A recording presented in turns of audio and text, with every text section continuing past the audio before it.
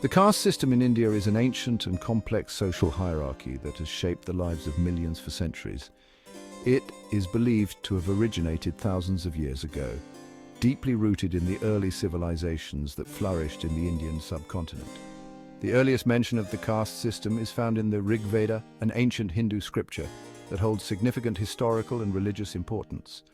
The Rig Veda, composed around 1500 BCE, introduces the concept of four varnas, or social classes, which laid the foundation for the caste system.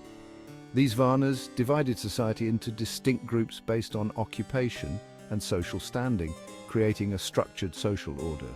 The four varnas were the Brahmins, who were priests and scholars, the Kshatriyas, who were warriors and rulers, the Vaishyas, who were traders and agriculturists, and the Shudras, who were laborers and service providers.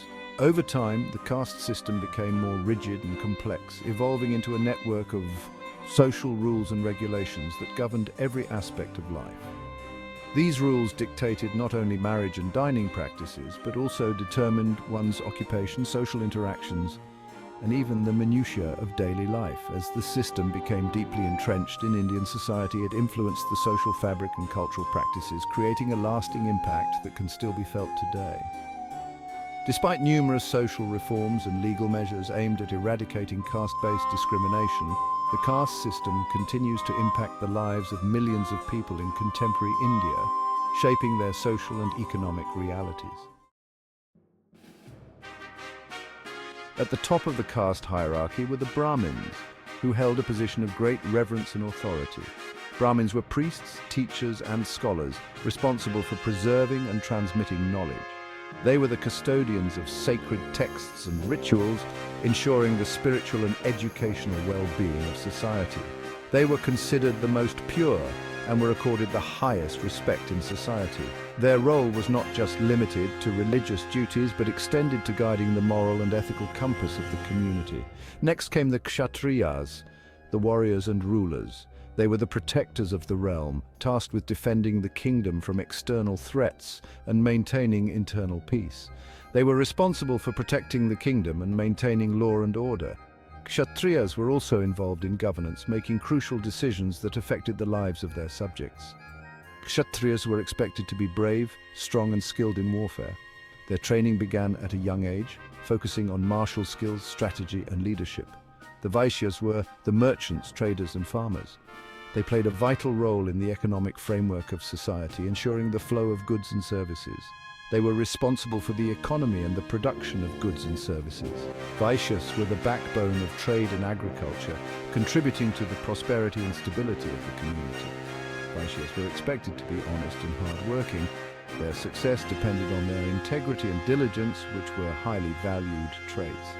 At the bottom of the hierarchy were the Shudras. Despite their essential contributions, they were often marginalized and faced numerous social restrictions. Shudras were the laborers and service providers. They performed the essential tasks that kept the society functioning, from construction to various forms of manual labor. They performed tasks considered menial or impure, such as cleaning, farming, and leather work. These jobs, though crucial, were often looked down upon by the higher castes. Shudras faced significant discrimination and were denied access to education and many opportunities. Their social mobility was severely restricted, and they were often subjected to harsh treatment and exclusion from mainstream society. Within the four main varnas, there existed thousands of subcastes known as yatis. Yatis were based on specific occupations, such as carpenters, blacksmiths, or weavers. Each yati had its own set of rules and customs, further dividing Indian society. This complex system of varnas and yatis determined an individual's social standing, occupation, and even marriage prospects. It created a rigid hierarchy with limited social mobility. Individuals were born into their caste and remained within it for life. Outside the four varnas were those considered untouchable, the Dalits. Dalits were subjected to severe discrimination and segregation. They were considered impure and were forced to live on the outskirts of villages. Dalits were denied access to temples, wells, and public spaces. They were often relegated to the most degrading and dangerous occupations.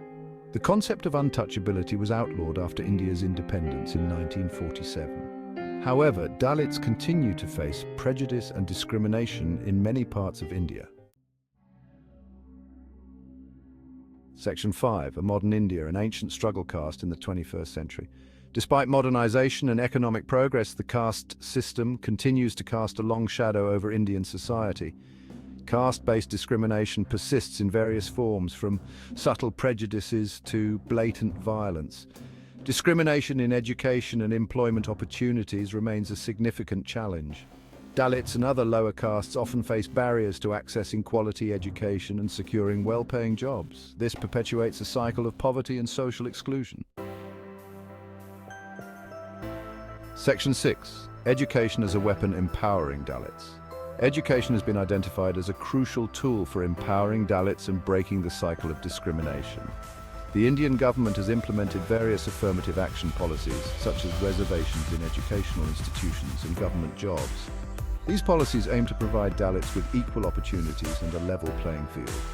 While these initiatives have made some progress, much work remains to be done to ensure equal access to quality education for all. Section 7. Towards equality, government initiatives and affirmative action. Since independence, the Indian government has taken significant steps to address caste-based discrimination. The Indian Constitution outlawed untouchability and guarantees equal rights for all citizens, regardless of caste. Affirmative action policies such as reservations in education and employment have been implemented to uplift Dalits and other backward classes. These policies have faced criticism and debate, but have played a role in improving the socio-economic conditions of marginalized communities.